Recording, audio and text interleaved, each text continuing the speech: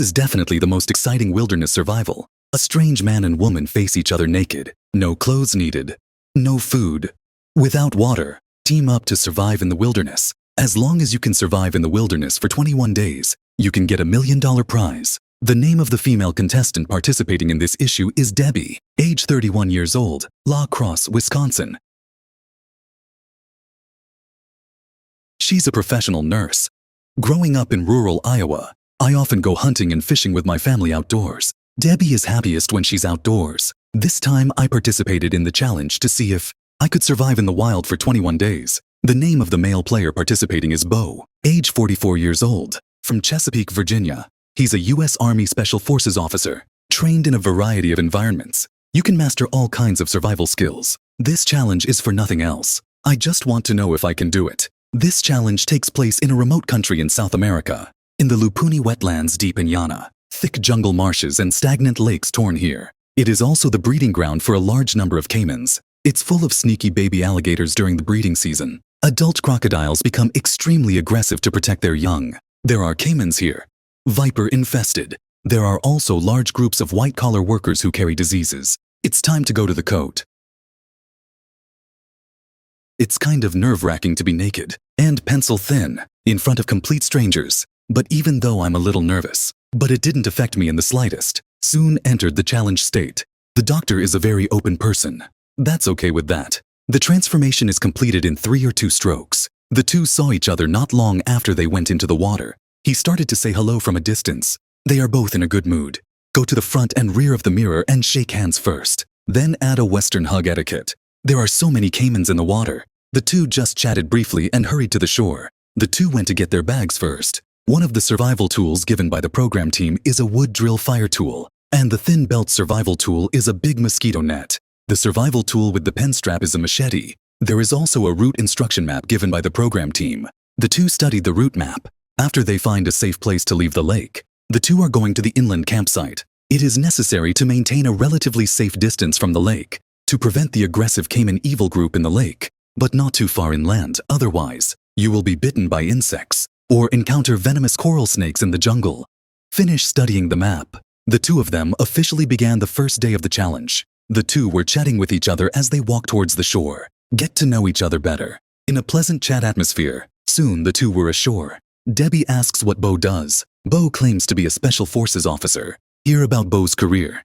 Debbie was happy. Bo was also very happy when he learned that Debbie was a nurse. Survive in this place. Medical knowledge can play a big role. While chatting, Bo found a glass bottle. Wouldn't that make a great container? The two of them were on their way until after 4:30 p.m. Still didn't make it to the campsite and watched the sky get dark. The two also quickened their pace. Not long after, the two found a suitable place to set up camp.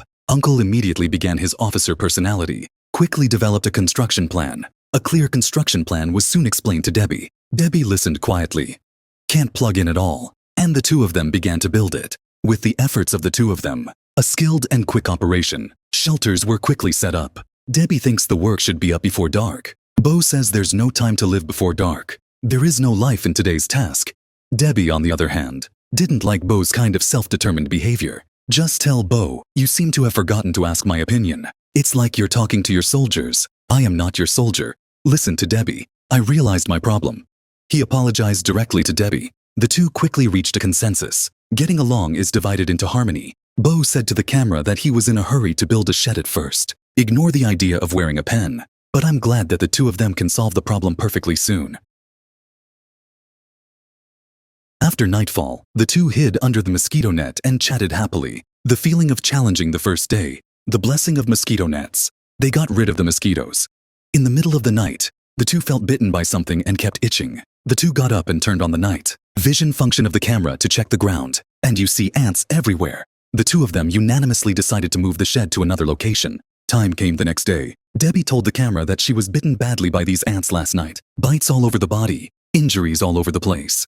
Neither of them drank water, already showing signs of dehydration. I don't think I can focus all my energy on shelter right now. You should drink some water first. Avoid causing severe dehydration. The two discussed it in the end. I can only choose to drink lake water directly. When they got to the lake, they found a lot of caimans wandering on the shore. The two can only leave quickly. Then he found a place nearby where there was no caiman on the shore and went straight down to drink water. After drinking the water, Debbie is worried that drinking water directly could cause severe diarrhea, but the water has already gone down. I can only pray that it doesn't go wrong. Around 10 o'clock, the two began to discuss the construction plan of the new camp. In a harmonious atmosphere of negotiation between the two, the construction plan was finalized very quickly. The pair decided to build a traditional A-frame shelter. Debbie said if she was bitten by ants this night, then you can only build another shed off the ground. It was a great collaboration between the two, and the whole thing was built in an atmosphere of conversation and laughter. Around 3:30 it's raining. The advantage is to bring a pen and catch some clean rainwater with leaves. This is safer than drinking lake water. But the downside is that the two can only build a roof in the rain. The temperature drops sharply after nightfall. The two were so frozen that they could only remove the mosquito net and use it as a quilt cover. This can also have some thermal insulation effect. The time has come for the third day. Debbie says to the camera that it was too cold last night, so we can only take the method of mutual heating, although a little embarrassing. But there's really no other way. Bo found 2 rags and took them back to camp to make a big blindfold for Debbie. The two studied the production method together. Soon, a big blindfold will be ready. The use effect is still quite good, and Debbie was very happy about this. Then the two began the work of life. Debbie did something about it. It didn't work out.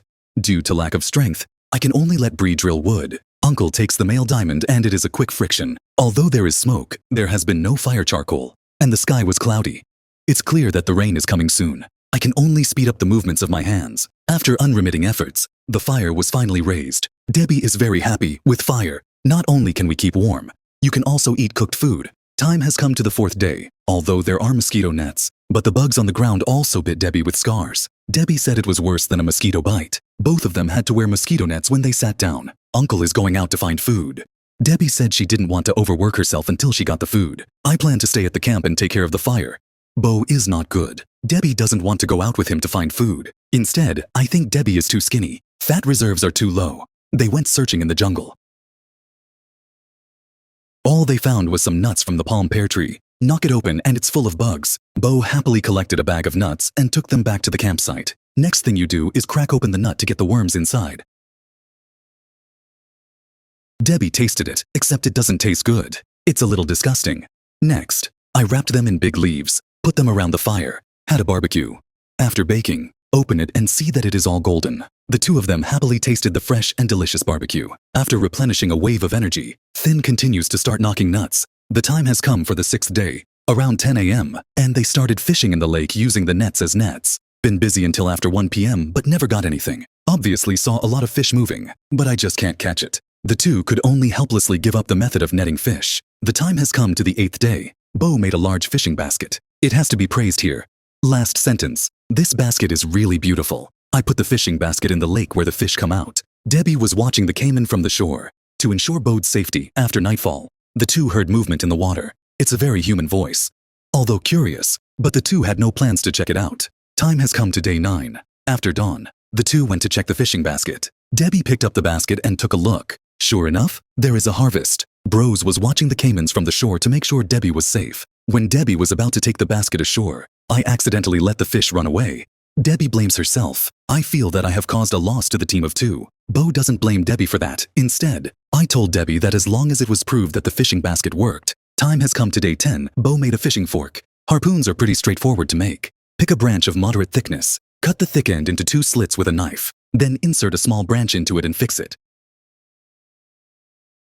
Finally, just sharpen the head. It is best to roast it over fire to increase the hardness of the shoulders. Time has come to day 11, and he took the harpoon, and he went into the lake and started cutting fish. Debbie was watching the caiman from the shore. To ensure Bob's safety, Uncle found a big fish and made a decisive move. A big fish is directly in hand. Picked it up and showed Debbie the size of the big fish. Debbie was so happy to see such a big fish.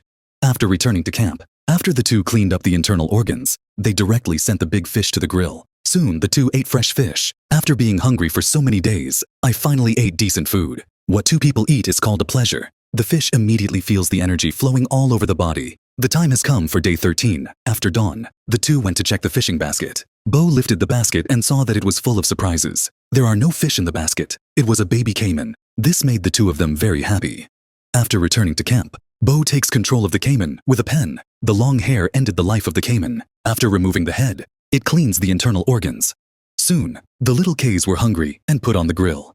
After the roast, the two chatted while tasting the delicious roast meat. A peaceful and romantic scene. Time has come to day 14. At Debbie's suggestion, 2 people made double benches, so you don't have to sit on the dirt floor. We made shelves for the tools. The little life of the 2 of them is very interesting. The time has come to the 15th day. Bo sees himself as a member of the Special Forces. If you live in the wilderness for 21 days and you can't eat snake meat, how embarrassing is that?